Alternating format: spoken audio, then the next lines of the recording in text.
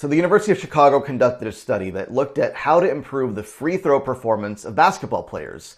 And they split the players up into 3 groups. The first group was asked to practice shooting free throws for 20 minutes a day. The second group was not allowed to touch a basketball. All they could do was visualize what it would be like to shoot free throws successfully. And the third group did nothing at all. Now, obviously, the third group was found to not have improved at all in their free throw performance. The first group that practiced shooting free throws for 20 minutes a day, they improved by the most.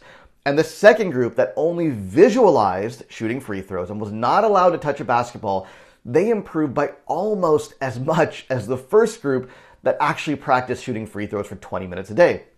That's crazy when you really think about it, because that second group, they didn't shoot free throws. They didn't practice in the traditional sense. All they did was visualize what it would be like to successfully shoot free throws, and they did almost as well.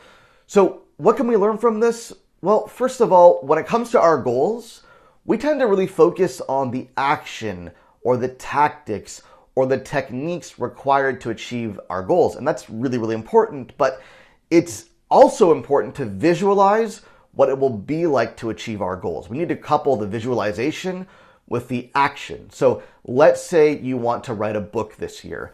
Well, you want to start visualizing what it'll be like to achieve that goal of writing that book, what it'll feel like when your book is on Amazon, available for sale, when people are buying it and they're reading it and their lives are changing and they're sending you emails telling you how much they love the book, and you're on book tours or doing podcast interviews.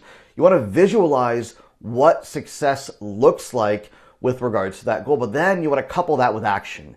You want to take action on a daily basis to make progress towards your goal. And that might be writing 500 words, 750 words, 1,000 words a day. Or let's say you want to start a podcast. You want to visualize what it'll be like, what it'll feel like, what it'll look like to have a successful podcast where you're interviewing some of the brightest names in the industry. You're having stimulating and engaging conversations.